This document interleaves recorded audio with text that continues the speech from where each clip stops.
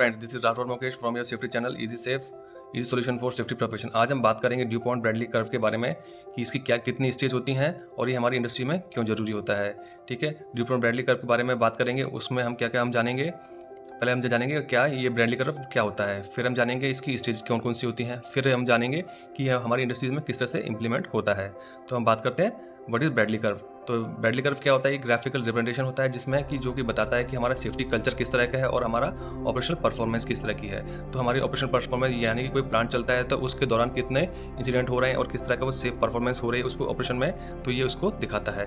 फिर हम इससे क्या पता पड़ता है कि हमारा सेफ्टी कल्चर है वो कितना फ़ायदेमंद है, उसके क्या क्या फ़ायदे हैं, उसका क्या इनपुट आता है हमारे को क्वालिटी, एफिशिएंसी और प्रॉफिटेबिलिटी में। ठीक है, तो अब हम देख पा रहे हैं जैसे कि कर्व है ये हमारा, तो इसमें 4 स्टेजेस हैं: reactive, dependent, independent and interdependent. और वाई एक्सिस पे इंजरी रेट्स हैं और एक्स एक्सिस पे सेफ कल्चर इन ऑर्गेनाइजेशन है। तो इसके बारे में हम बात करेंगे, इनकी डिफरेंट स्टेजेस के बारे में।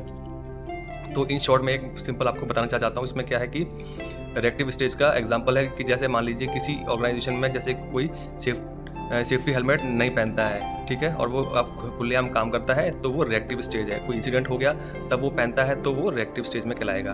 फिर आता है कि डिपेंडेंट स्टेज। डिपेंडेंट स्टेज में क्या होता है कि वो दूसरों को देखकर, यानी कि सेफ्टी फंक्शन या कोई मैनेजर आ गया उसको देख के उसने सेफ्टी हेलमेट पहन लिया तो उसको डिपेंडेंट स्टेज में बोलेंगे। फिर आता है इंडिपेंडेंट स्टेज में। इंडिपेंडेंट स्टेज में क्या होता है कि वो किसी के बोलने की उसको जरूरत नहीं पड़ती, वो खुद पहन के ही रखता है। फिर आता है इंटरडिपेंडेंट स्टेज। इंटरडिपेंडेंट स्टेज में क्या होता है कि वो खुद भी पहनेगा और दूसरों को भी बोलेगा भाई पहन लीजिए कृपया।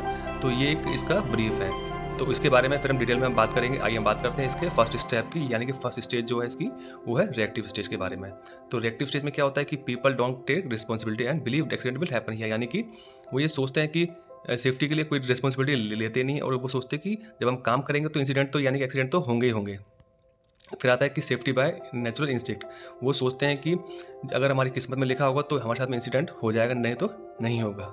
ठीक है, फिर है कि रिस्पॉन्डिंग टू इंसिडेंट, यानी कोई इंसिडेंट हो जाता है तो उसके बाद वो एक्शन में आते हैं कि हाँ हमको ऐसा करना चाहिए।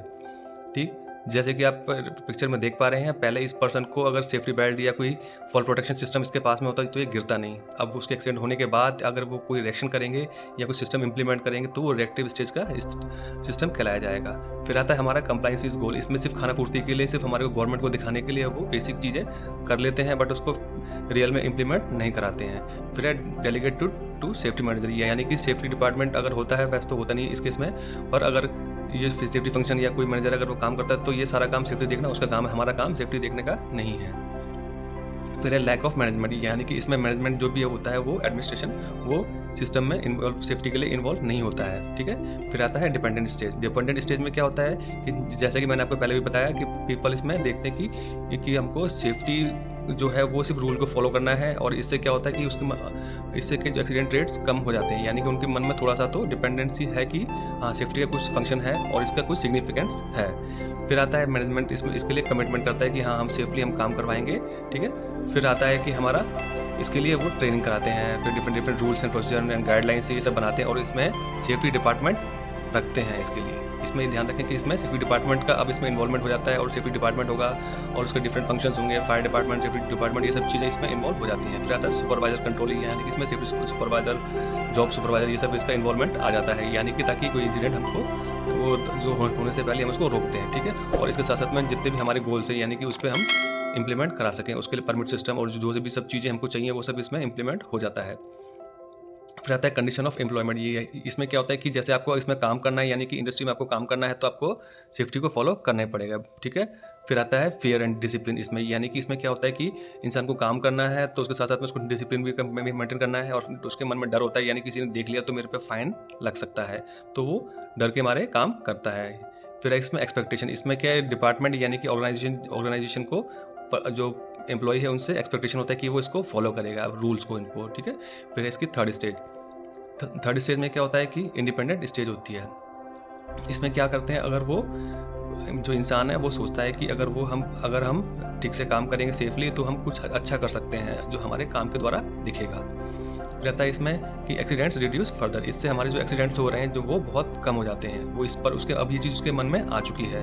फिर है personal knowledge, commitment and standards. इसके लिए क्या होता है कि उनकी नॉलेज को एनहांस करने के लिए, उनके कमिटमेंट और स्टैंडर्ड्स को बढ़ाने के लिए वो करते हैं कि उनकी ट्रेनिंग्स होती हैं, उनके लिए पॉलिसीज़ होती हैं, गाइडलाइंस होती हैं, इनकी ट्रेनिंग्स कराते हैं बार बार, जिससे क्या है उसको सेफ्टी का फंक्शन और उसके लिए क्या उसकी वैल्यू है वो पता पड़ जाए। फिर आता है इंटरनलाइजेशन, मीन्स उसमें इंटरनल सेंस ऑफ सेफ्टी इसमें बिल्ड हो चुकी होती है, मतलब कि उसके अंदर से एक आवाज़ आती है कि मुझको सेफली काम करना है। फिर आता है पर्सनल वैल्यू, यानी कि उसकी खुद की वैल्यू उसको होती है कि मुझको सेफली काम करना है, यानी कि उसके अंदर से होता है फील कि मुझको सेफली काम करना है। इसके साथ साथ में केयर ऑफ सेल्फ, यानी कि मैं सेफली काम करूँगा तो मैं भी अच्छे से काम कर पाऊँगा और मेरी फैमिली भी इससे खुश रहेगी।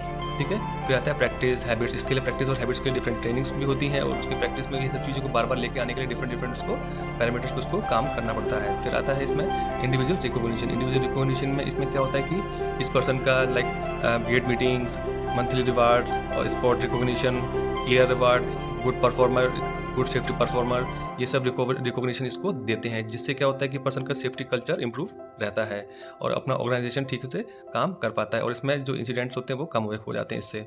फिर आता है इंटरडिपेंडेंट स्टेज। इंटरडिपेंडेंट स्टेज का मतलब होता है कि जो टीम होती है वो ओनरशिप लेती है, यानी कि रिस्पॉन्सिबिलिटी लेती है कि सेफ कल्चर के लिए, कि जो हमारे ऑर्गेनाइजेशन है उसमें सेफली काम हो, कोई भी अनसेफ काम ना हो।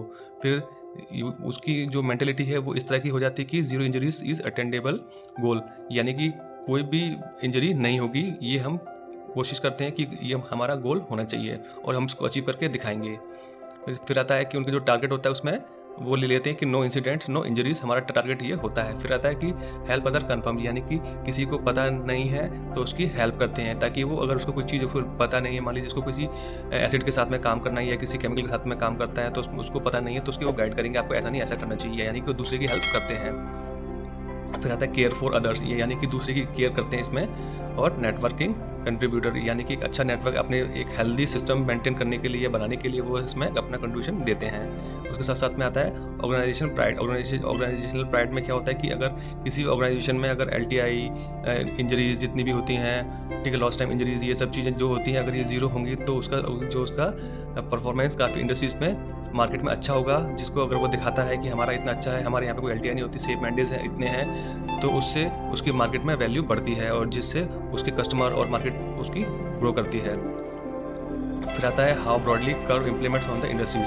ठीक है, तो हमारी इंडस्ट्रीज में कैसे काम करती है और इसके कैसे इसका प्रोसेस है, तो इसको जानने के लिए हमारी नेक्स्ट वीडियो को देखें, जिसमें इसके बारे में डिटेल दिया गया है, क्योंकि इस वीडियो में सिर्फ कर्व के बारे में बताया गया है, बाकी इम्प्लीमेंटेशन के लिए नेक्स्ट वीडियो को देखें। Thank you.